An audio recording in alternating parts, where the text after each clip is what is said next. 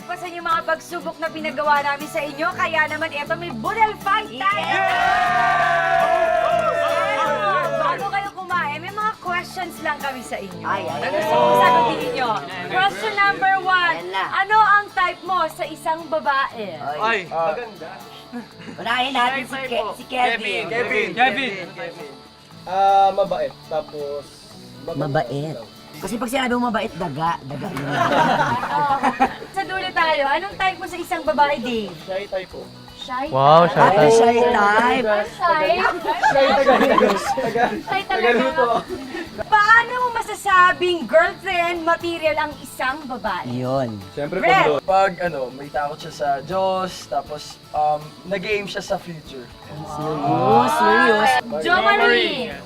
Para sa akin po, more on loyalty and when in the future parang siya na talaga, as in, na-feel mo talaga. Paano mo mag-feel kapag siya na talaga ang babae para sa'yo? Love is mysterious eh. Wala ka sa mga team building. No? Kaya mali! Jay, ikaw naman, Jay! Si Jay. Yung inaalagaan ka niya, di ba? Pinapahalagaan ka niya. Ganun. Ito na ang next question nyo. Anong style mo sa panliligaw? Ikaw, Si Prince. ano? Prince. Shy type muna sa una. Parang getting to know muna tapos atid sunod. Pa-hard to get, ganun. Hatid mo. Kumbaga ano muna, it takes time para makilala mo yung girl din. Para ma-sure niyo kung ikaw. Pabebe muna siya, ganyan. Yes, that's Sinasir parang may gustong sabihin. Ano mas style ko? Ako kasi una kong nililigawan sila tito at tito. So, Ginagawa kong formal talaga. Pinapaalam ko na may gusto po ako sa anak ko. Parehas pala tayo.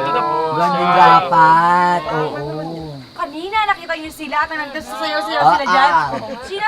Sino para sa'yo nag-stand out sa'yo? Sa kanila, sino nag-stand out? Kanina pa. Medyo mahirap. Guys. Mahirap nun ah.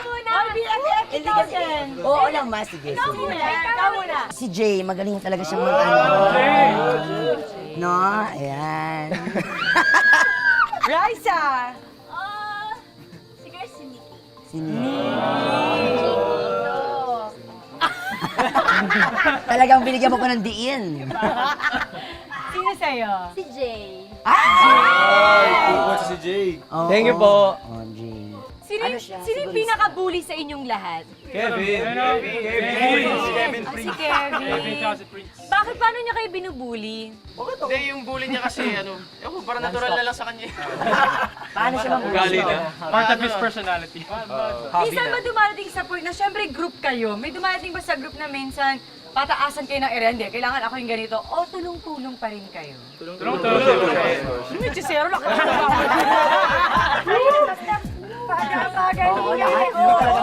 Ano ang pinaka-romantic na nagawa niyo sa isang babae?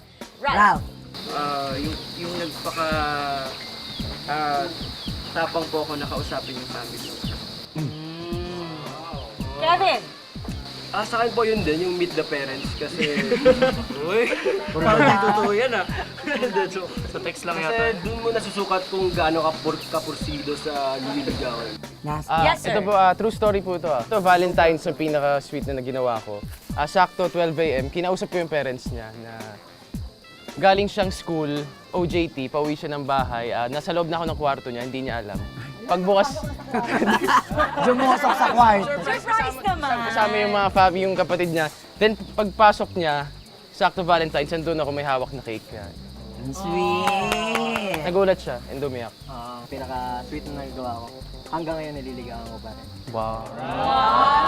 Ilang years na ba yan? 12 years. 3 months. 3 months. Brent! Ako po yung debut niya po. First time ko po ma-meet yung parents niya. Pero nilakasan ko po yung loob ko. After po nung kotilyo namin, lumod ako sa harap niya. Nabigay ko po yung necklace. Wow. Naligaw po ako. Oh, may pa-necklace. Omar! Para sa akin po, since I love cooking, I actually researched isang meal for her. And ayun, pinagluto ko siya ng So, dinner. marunong ka magluto? Ay, There's something din kapag marunong magluto ang isang lalaki, di ba? Nikki? extra point. Every occasion may surprise ako para sa kanya. Pero yung pinaka malupit na surprise ko is yung nag-prom. nung inask ko siya in front of the whole school. Lahat nanonood sa amin, tapos syempre, yes yung sagot. Tapos hanggang ngayon, after 4 years, kasama ko pa rin siya. Jay! Dahil sinurprise ko siya. Like, yung ginagawa ng mga lalaki.